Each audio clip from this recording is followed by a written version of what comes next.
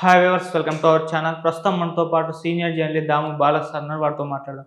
నమస్కారం సార్. నమస్తే. సార్, ముంబైలో ఒక ప్రేమికుడు తను ప్రేమించిన అమ్మాయిని చంపేసి సూసైడ్ లెటర్ ఒక కోడ్ లాంగ్వేజ్‌లో రాసాడు. ఆ తర్వాత లెటర్ రాసిన తర్వాత తను కూడా సూసైడ్ చేసుకొని చనిపోయాడు. అసలు మరి ఆ కోడ్ లాంగ్వేజ్‌ని పోలీసులు ఛేదించారా? అసలు అందులో ఏముంది? వీళ్ళ డీటెయిల్స్ ఏంటి sir? It is very very interesting అనిపించింది. నాకొక సైకలాజికల్ థ్రిల్లర్ ఒక అటువంటి సినిమా క్రైమ్ థ్రిల్లర్ చూస్తున్నట్టుగా అనిపించింది ఈ స్టోరీ విన్నప్పుడు. ఓకే. అట్లాగే దీంట్లో ఒక ప్యాథటిక్ ఎలిమెంట్ కూడా ఉంది. ఒక సాడ్ లవ్ స్టోరీగా కూడా మనం చెప్పుకోవచ్చు ఇది.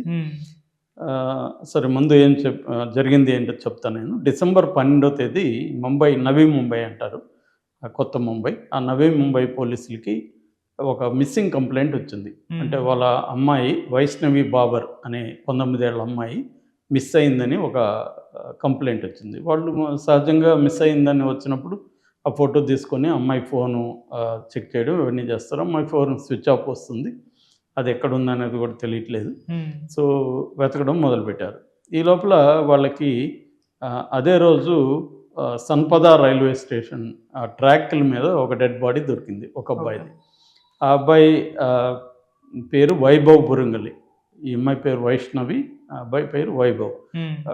ఈ వైభవ్ బురంగలి దొరికినప్పుడు అబ్బాయి ఎందుకు ఆత్మహత్య చేసుకున్నాడని ఆ అబ్బాయి ఫోన్ చూసినప్పుడు ఆ ఫోన్లో ఒక లెటర్ రాసి దాన్ని స్కాన్ చేసుకొని ఫోన్లో పెట్టుకున్నాడు. ఆ ఫోన్లో ఏముందంటే, నేను నా గర్ల్ ఫ్రెండ్ వైష్ణవిని చంపేశాను, పలానా దగ్గర పూడ్చిపెట్టాను అని.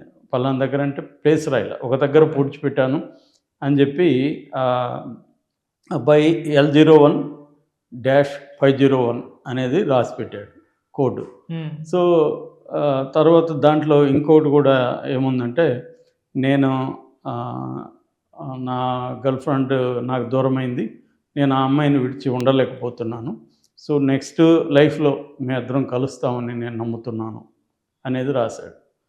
సో వీళ్ళు ఇప్పుడు ఆ కోడ్ ఏంది అనేది తెలియదు.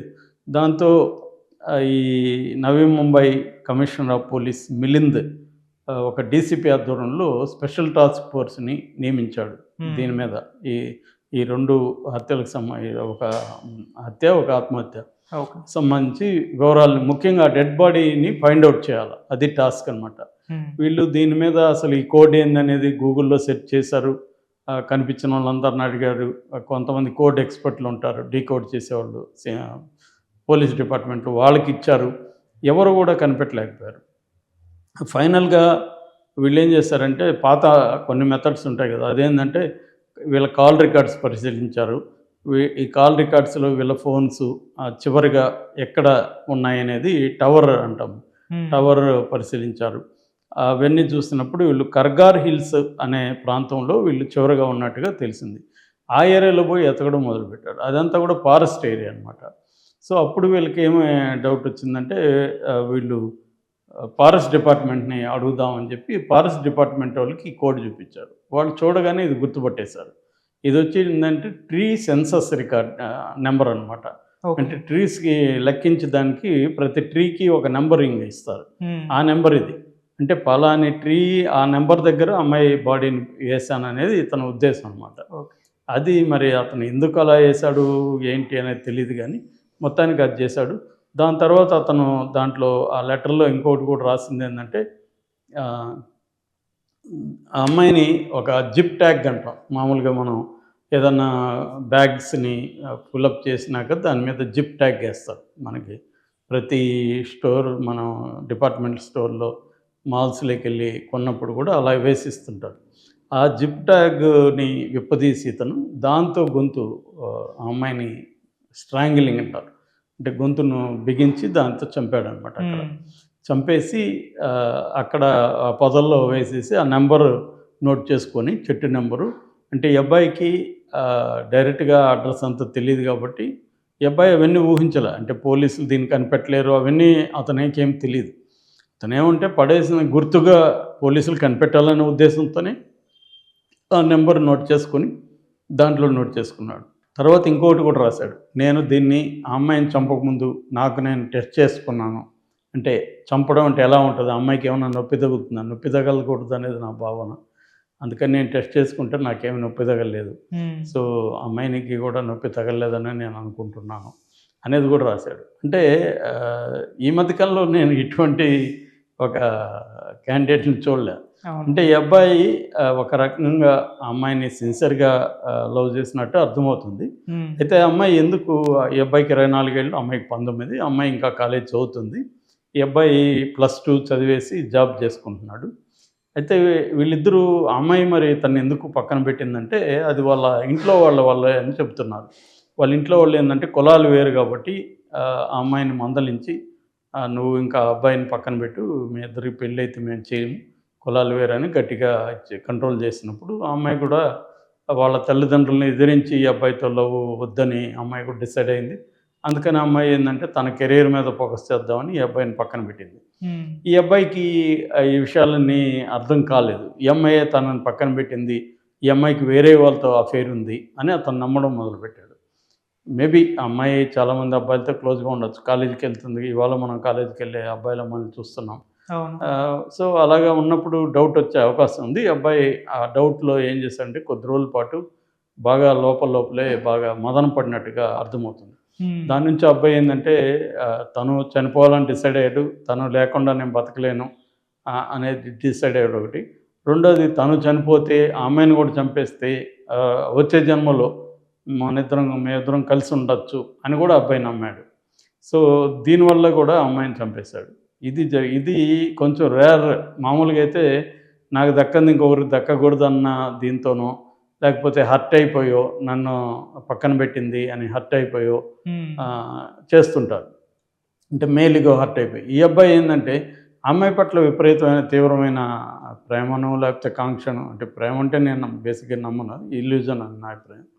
బట్ ఏదైనా దాన్ని ఏ పేరుతో పిలిచినా ఒక రకమైన దాన్ని ఏమంటారంటే సైకాలజీలో ఫ్యూజన్ లవ్ అంటారు. ఫ్యూజన్ లవ్ అంటే ఒక మనిషి ఇద్దరు ఒకటే, తను లేకుండా నేను ఉండలేను అనేది ఫ్యూజన్ లవ్. మన సినిమాలో పాటలన్నీ ఇవే, నువ్వు నేను లేకుండా నువ్వు లేను, నువ్వే నేను ఇవన్నీ ఈ ఇల్యూజనరీ ఫ్యూజన్ లవ్ని ప్రొజెక్ట్ చేస్తాయి సినిమా.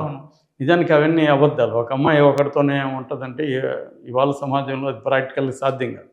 ఒక అమ్మాయి నలుగురిని ఇష్టపడుతుంది జనరల్గా ఇవాళ ఉన్న కాంటెక్స్లో. ఒక్కరితోనే అంత ప్రేమ అనేది జనరల్గా ఉండదు. ఎక్సెప్షన్ ఉండొచ్చు, కానీ రూల్ చెప్తున్నాను, ఎక్సెప్షన్ చెప్పట్లేదు. అట్లాగే ఈ అబ్బాయి ఆ సీరియస్ దీంట్లోకి వెళ్ళిపోయాడు. ఒక రకమైన నేరో దీంట్లోకి వెళ్ళిపోయి ఆ అమ్మాయి లేకుండా నేను బతకలేను అన్న ఒక మైండ్ సెట్లోకి ఈ అబ్బాయి వెళ్ళిపోయినట్టుగా మనం అర్థం చేసుకోవచ్చు. సో ఆ మైండ్ సెట్లోకి వెళ్ళిపోయినప్పుడు ఏమవుతుందంటే ఫ్యూజన్ లవ్లో చాలాసార్లు క్రైమ్ జరిగినప్పుడు ఇదే ఉంటుంది అనమాట. అదేంటంటే ఈ ఫ్యూజన్ లవ్లో ఏంటంటే ఎదుటి వ్యక్తి లేకుండా నేను బతకలేను అన్న దీనికి వెళ్ళిపోతారు వాళ్ళు మైండ్ సెట్కి. దాంట్లో ఉండిపోయినప్పుడు ఆ ఎదుటి వ్యక్తి తనని కానీ పక్కన పెట్టేసినప్పుడు దాన్ని తట్టుకోకుండా ఏం చేస్తారంటే వాళ్ళని చంపేయడం చేస్తారు, లేదా తను చనిపోవడం చేస్తారు. అంటే ఇద్దరూ లేకుండా మేము బతకలేమనేది. దీంతోపాటు మేలిగో కూడా జనరల్గా యాడ్ అవుతుంది. కానీ ఈ అబ్బాయి దాంట్లో మేలిగో కంటే కూడా ఫ్యూజన్ లవ్ డామినేట్ చేసినట్టుగా మనం అర్థం చేసుకుంటాం. అంటే ఈ అబ్బాయి అమ్మాయిని చాలా సిన్సియర్గా ఏ స్థాయిలో లవ్ చేస్తున్నా అంటే చంపేటప్పుడు కూడా నొప్పి తగలకూడదు, నొప్పి తగలకుండా అమ్మాయిని చంపాలి. అందుకని తను టెస్ట్ చేసుకుని తనకేమీ నొప్పి ఏమి అనిపించలేదు గొంతు వేసుకున్నప్పుడు, అందుకని ఆ అమ్మాయిని వేసుకొని తను నొప్పి అయినా పర్వాలేదని రైల్వే ట్రాక్ కింద తను ట్రాక్ల మీద పడి రైలు కింద పడి చనిపోయాడు. అంటే దాంట్లో కూడా వాక్యమే రాశాడు, మనం వచ్చే జన్మలో మనం కలుస్తాము అని రాశాడు. అంటే చాలామందికి ఏంటంటే ఈ నమ్మకాలు ఉంటాయి, పూర్వజన్మలో ఉంటాయి. సో పూర్వజన్మలో ఉన్నప్పుడు మళ్ళీ వచ్చే జన్మ ఉంటుంది, వచ్చే జన్మలో ఇప్పుడు కానీ ఇలా చేస్తే వచ్చే జన్మలో మళ్ళీ మనం లవర్స్గా ఉంటాము అని నమ్మేవాళ్ళు ఉంటారు. అమెరికా లాంటి దేశాల్లో కూడా ఇటువంటి నమ్మకాలతో సామూహికంగా కూడా ఆత్మహత్యలు చేసుకునే సంఘటనలు మనం అనేకం చూస్తాం. జనరల్గా మతపరమైన స్ట్రాంగ్ విశ్వాసాలు ఉన్నప్పుడు ఇలా ఉంటుంది. అయితే ఇప్పుడు కూడా ఏమైందంటే మనం ఈ మధ్యకాలంలో చూస్తున్నప్పుడు సమాజంలో అనేక మూఢనమ్మకాలు విపరీతంగా పేరుతున్నాయి. ఇందాకే ఒక ఫ్రెండ్ చెప్తున్నాడు, మీరు కానీ డబ్బు సంచులు రావాలి నాకని కానీ స్ట్రాంగ్గా కోరుకుంటే ఈ విశ్వాన్ని కోరుకుంటే ఆ విశ్వం కుట్ర చేసి నీకు డబ్బులు సంచులిస్తుంది అని మనీ మంత్ర అనే ఒక సంస్థ వాళ్ళు ఇలా ప్రచారం చేసి వాళ్ళ దగ్గర 6,000 ఎంతో వసూలు చేస్తున్నారు. సో వీళ్ళు దాన్ని గట్టిగా కోరుకుంటున్నారు. అంటే సమాజంలో ఏమైందంటే ఒక గ్రీడ్ని పెంపొందిస్తారు. అంటే డబ్బు సంపాదించడం అనేది జీవిత కర్తవ్యంలాగా ఒక గ్రీడ్ని పెంచడం. దానికోసం ఎలాగ డబ్బు సంపాదించాలని ప్రతి ఒక్కరికి కోరుకుంటుంది. దాన్ని ఎలా కోరిక నెరవేర్చుకోవాలో తెలియదు. ఎందుకంటే స్లో అండ్ స్టడీగానే డబ్బు వస్తుంది మన మామూలు ఎక్కువ మంది సమాజంలో. సడన్గా రాదు కదా. సో సడన్గా రావాలంటే ఏం చేయాలనేది ప్రతి ఒక్కరు ఆలోచిస్తారు. ఈ సడన్గా రావాలంటే ఏదో ఒక చిట్కా చెప్తే అది నమ్మే జనం ఎక్కువ అయిపోయారు. సో అలాగా మనకి రకరకాల నమ్మకాలని పెంచే అనేక వ్యవస్థలు సమాజంలో ఉంటాయి. అట్లాగే ఈ నవలలు కావచ్చు, పుస్తకాలు కావచ్చు, వెబ్ సిరీస్ కావచ్చు, సినిమాలు కావచ్చు, ఇవన్నీ ఏం చెప్తాయి? విడిపోని బంధం అన్నది, ఇవన్నీ అదేం లేదు, ప్రేమ అనేది ఏం లేదు, ఇద్దరు నచ్చాం కలిసి ఉంటే సరిపోతుంది, ఎమోషనల్ కనెక్షన్ ఉంటే మంచిది అనేది చెప్తే పర్వాలేదు. కానీ దాన్ని మిస్టిఫై చేసి ప్రేమ అనే దాన్ని అదేదో ఒక అద్భుతమైన విషయంగా, అది లేకపోతే జీవితం లేదన్నట్టుగా మిస్టిఫై చేసి నిజంగా ప్రేమించిన వాళ్ళకి పెళ్ళిళ్ళు చేసినాక వాళ్ళకి తెక్క కుదురుతుంది అనేది ఒక సామెత ఉంటుంది. వీళ్ళకి సరైన శిక్ష పెళ్ళేరా, పెళ్ళైనాక ఇవన్నీ పోయి వాళ్ళకి రోజువారీ జీవితం, ఖర్చులు ఎంత, ఆదాయం ఎంత, సినిమాలకి పోవడానికి డబ్బు ఉందా లేదా, ఈ ప్రాక్టికల్ ప్రాబ్లమ్స్ వచ్చేస్తాయి. దాని తర్వాత నువ్వు ఎవరితో మాట్లాడుతున్నావు, వాడితో ఎందుకు పోతున్నావు అని వీడు, ఆ అమ్మాయితో నీకేం పని, ఆ అమ్మాయి, ఇటువంటి డైలీ మండేన్ థింగ్స్ అంటారు. డైలీ థింగ్స్ డామినేట్ చేసేసి ప్రేమ అనేది ఎగిరిపోతుంది. ఎగిరిపోయి నిజంగా మిగిలేది, ఫైనల్గా మిగిలేది వాళ్ళిద్దరి మధ్య అండర్స్టాండింగ్, ఫ్రెండ్షిప్.